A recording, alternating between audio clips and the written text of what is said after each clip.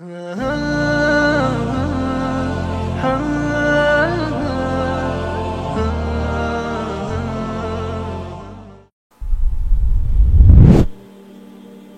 sepatutnya kalau terjemah saja, tak bermasukkan tafsiran. Bismillahirrahmanirrahim. Alhamdulillah, wassalatu wassalamu ala sayyidina Rasulillah Muhammad bin Abdullah wa ala alihi wa sahbihi wa man walah wa ba'du. Dalam Sahih Al-Bukhari, Mukhtasar Sahih Al-Bukhari, masih memperbahaskan tentang ayyus sadaqati afdal. Sedekah apa yang paling afdal?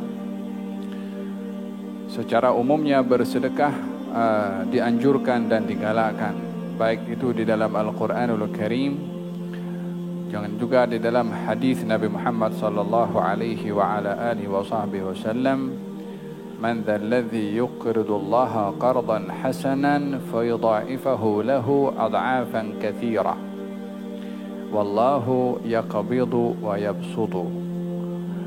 Barang siapa yang menghutangkan kepada Allah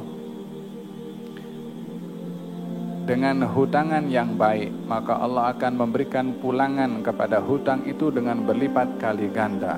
Allah adalah yaqbidu, yakni yang menahan pemberian, Allah juga yang membentangkan pemberian. Maksud menghutangkan kepada Allah adalah bersedekah. Ianya dikira atau dinilai sebagai hutang karena yang namanya hutang pasti ada pulangan. Orang yang bersedekah pasti akan diberikan pulangan oleh Allah Subhanahu wa taala atau ganti dari Allah Subhanahu wa taala. Dalam hadis Nabi Muhammad sallallahu alaihi wa alihi wasallam, ma naqasa malun min sadaqah bal yasdad bal yasdad bal yasdad. Tidak akan berkurang harta dengan bersedekah, tetapi ia bertambah, ia bertambah, ia bertambah. Walau bersedekah dianjurkan di dalam Quran dan juga di dalam hadis, namun terdapat keadaan-keadaan tertentu di mana pada keadaan itu sedekah menjadi lebih baik, yakni dalam sedekah ada peringkatnya. Seperti seseorang bersedekah dengan orang miskin yang ada hubung kerabat dengannya, dengan orang bersedekah dengan orang miskin yang tak ada hubung kait kerabat dengannya, maka sedekah kedua-duanya ini walaupun sama-sama sedekah, namun kemuliaan dan fadilatnya berbeza. Bersedekah dengan orang miskin yang ada hubung kait kekeluargaan lebih baik berbandingkan kepada bersedekah dengan orang miskin yang tidak ada hubung kait kekeluargaan. Demikian sabda Nabi Muhammad SAW, ya Rasulullah, 1 dinar kepada orang miskin, 1 dinar kepada kekeluarga, mana yang lebih afdal? Kata baginda Rasulullah, yang lebih afdal sedekah kepada keluarga, karena sedekah kepada keluarga sadaqatun wasilah, sedekah dan juga silaturrahim. Ini sedekah yang afdal.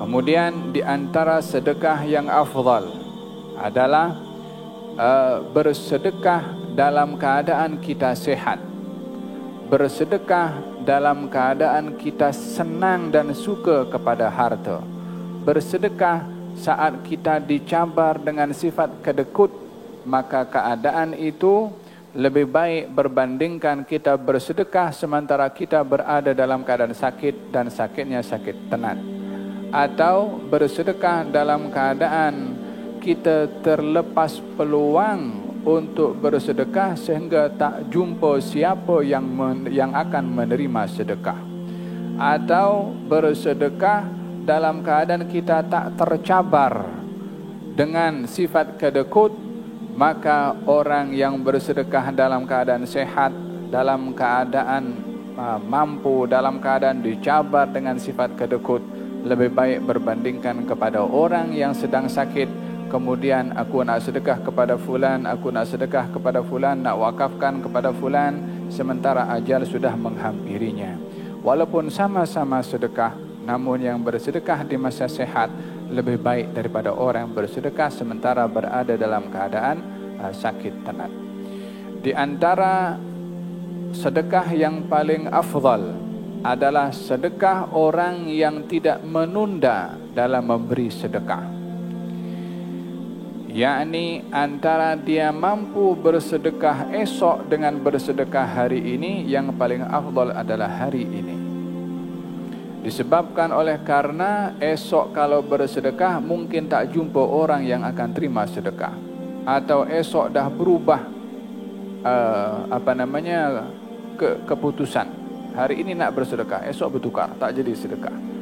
Maka sebelum perkara itu berlaku dan ia rugi daripada pahala, sedekah yang paling baik adalah sedekah yang tidak ditunda masanya untuk bersedekah.